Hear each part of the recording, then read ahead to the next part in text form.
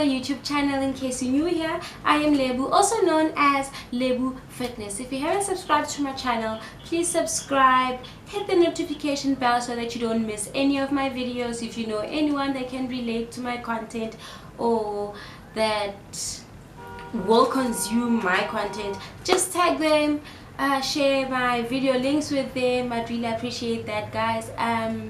As you can see by the title below, today I'm doing a Q&A. I did a Q&A on my Instagram and my Facebook page long time ago, and I have personal reasons why I haven't created the content yet, so I'm creating the content today.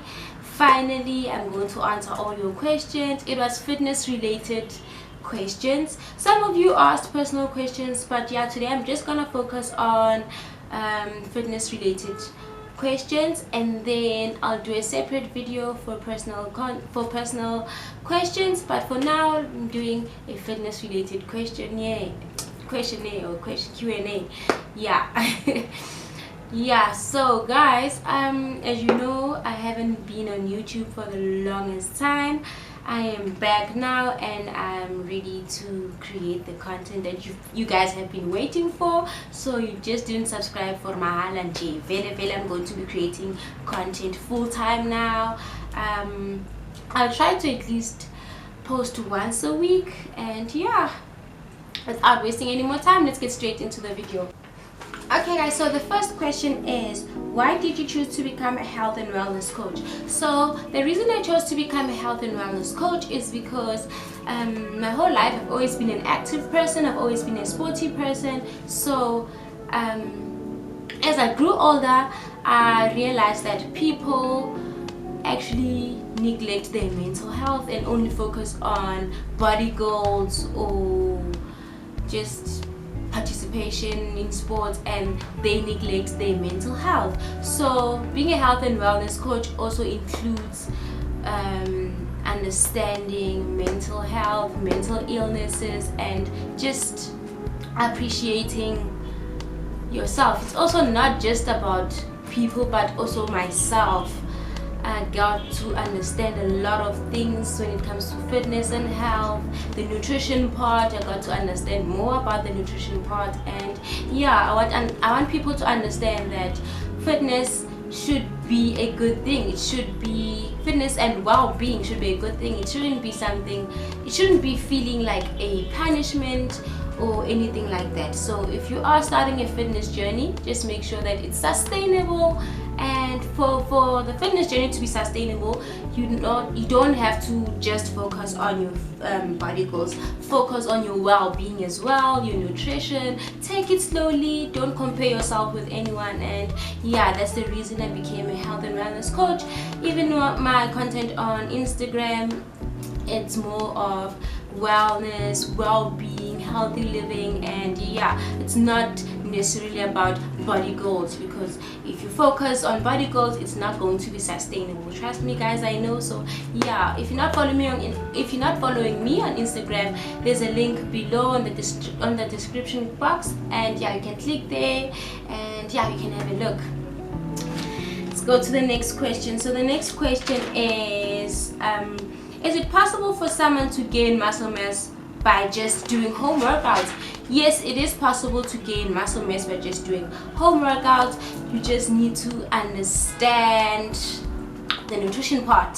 The nutrition part is very important when it comes to gaining muscle mass. Also, you can do, if you have equipment at home like dumbbells, kettlebells, you can use that. And yeah, just use your own body weight as your resistance training. You can mix it up with HIIT training, low impact training, high impact training. Just mix it up, make it fun for you, and just make sure that you enjoy it. And yeah, you don't necessarily have to go to the gym to gain muscle mass. So yeah, just make sure you eat enough protein, your meal is balanced all the time. Use your own body weight as resistance. And yeah guys, look at me for example. When I started my bulking journey, I did home workout. I wasn't going to the gym. I did home workouts. I used equipment at home. Sometimes I wasn't using equipment. I was just using my own body, and yeah, I started seeing results. And yeah, I made sure that I'm eating enough protein and I'm taking enough calories for the day. And yeah, next question is, how do I stay motivated and master self-discipline? Okay, so I'm not always motivated. Sometimes I just wake up and I feel lazy. I just feel like having a lazy day. And yeah, so because of I've always been a sporty person, when it comes to athletics, discipline is very, very important, because if you're not going to train, you're not going to qualify for essays. So I would go to training because I have to qualify for essays. I've set my goals that this year I'm going to essays. This is the time I want to run. This is who I want to beat. And yeah, that's why I always used to go to training every single day. And the discipline part, that's how I'm using. That's what I'm using now in my fitness journey. The discipline. If I'm not motivated, then I fall back to discipline. So without discipline, then motivation alone won't take you far, but with discipline, then yeah, that's how I master my self-discipline. And yeah, and then next question is, how's your relationship with yourself and your body image like? Okay, so I've always been a very, very lean person. I didn't mind being lean. People would tease me and stuff, but I actually didn't mind. I loved the way I look. I appreciated myself. And yeah, the sad part was just being surrounded by people who are very insecure about their bodies. They've always been complaining about their bodies, and hearing that every day just made me realize that being a woman is actually not easy, especially if you're going to be insecure about yourself like that. Your boobs, stretch marks, legs, and everything, skin and stuff. Yeah, so for me, what can I say? As I grew older, that's when I started feeling a bit insecure, especially after I had my baby and I had a bit of stretch marks, and that's when I started feeling insecure. But it wasn't really a big deal, because I just understood that it's part of growth. It's part of being a woman. So if I'm gonna worry about stretch marks, it means I'll be unhappy for the rest of my life. I just want to be fully happy. I want to be confident in my own body, and I've learned how to appreciate myself more, take care of myself more, and just not worry about stretch marks and other stuff that will make me feel insecure. And yeah, the sad part also is for those people who are complaining, the people that I was surrounded by, who was always complaining about the body types, how they look and stuff, I actually didn't see anything wrong with them. So I just look at them and wonder, Mara, why are you complaining? You're actually beautiful, you are sexy. Why are you always complaining about you looking that way, you wanting to look that way? Also, another thing is comparing yourself with others. If you compare yourself with others, you will never be happy with yourself. We all different. We all have different body types. Genetics also plays a big role when it comes to body types.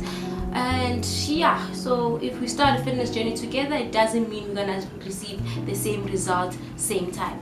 It doesn't work like that. You might be lean, I might be bulky, and yeah, just focus on your own progress, and that way you will be happy with yourself and your journey. Yeah, next question. Do you track your calories? No, I don't track my calories. I eat whatever I want, just making sure that it is a balanced meal. So yes, in the beginning I used to track my calories just so I can understand the amount of protein I need, the amount of carbs I need, just understanding nutrition as a whole and understanding calories as a whole. So that's the only reason I used to track my calories, but after 2 weeks or so I understood what's happening with the calorie intake. This, if I have 2 portions, it means I'm having this amount of calories or this amount of protein, and understanding macros and stuff. So yeah, that's the only reason I used to count my calories, or track my calories rather. But for a person to track their calories every single day, that's not going to be sustainable. It's not sustainable, because now it feels like you always have to measure your food, you always have to measure the amount of yeah, it's just not going to be sustainable. So for me, it's not fun. But unless you're competing, maybe you have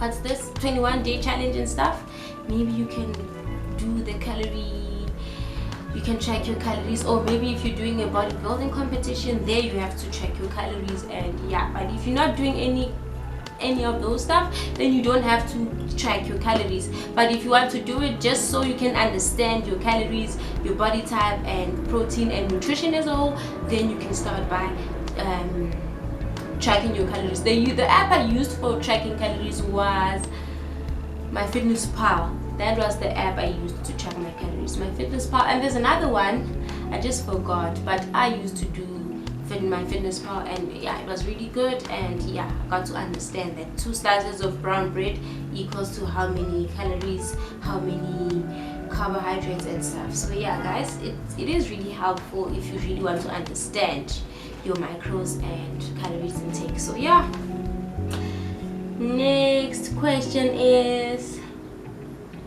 tips for losing weight. Just have to be on a calorie deficit. And yeah, but for some people, being on a calorie deficit doesn't really help.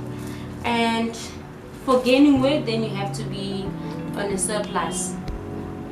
So calorie deficit means if you're going to eat, okay, what can I say? You have to eat less calories than, what am I saying? Calorie deficit means you have to burn more calories than what you eat. So yeah, you have to burn more calories than what you eat. So eat less and burn more and exercise more. That's calorie deficit. So just make sure you're not under eating, because then you're going to injure yourself or your muscle tissue will be damaged. So just make sure you're not under eating. And yeah, another question is, how do you stay consistent with your eating? With eating healthy.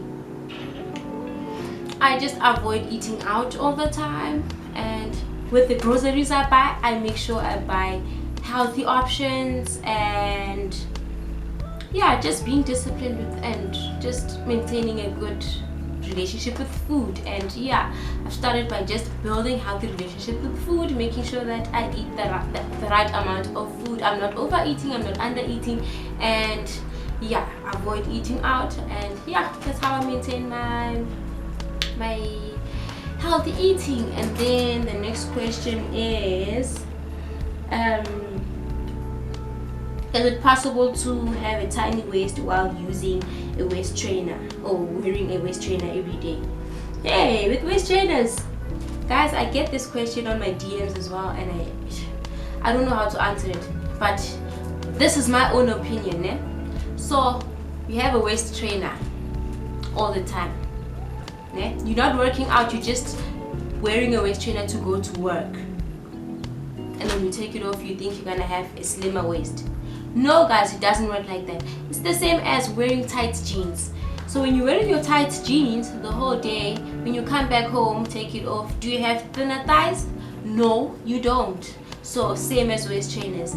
Waist trainer is for correcting your form when working out. The waist trainer, you have to wear a waist trainer when you're going to the gym working out. That will help you correct your form, engaging your abdominals throughout the workout. That's the reason for wearing a waist trainer. Not to get a smaller waist, but all along you've been eating junk food, you're just wearing a waist trainer to go to work, and you come back, you think you're gonna have a smaller waist. No guys, it doesn't work like that. Sorry to disappoint, but no, I've seen people just wearing waist trainers in jail because they want to have a tiny waist. So hey guys, that's my own opinion. Maybe they've seen results, I just don't know, but that's just my own opinion. So yeah, let me see any more questions. Oh yeah, that was all guys. Thank you so much for watching. I hope you enjoyed. I hope this video was informative as possible, and see you on my next video. Bye.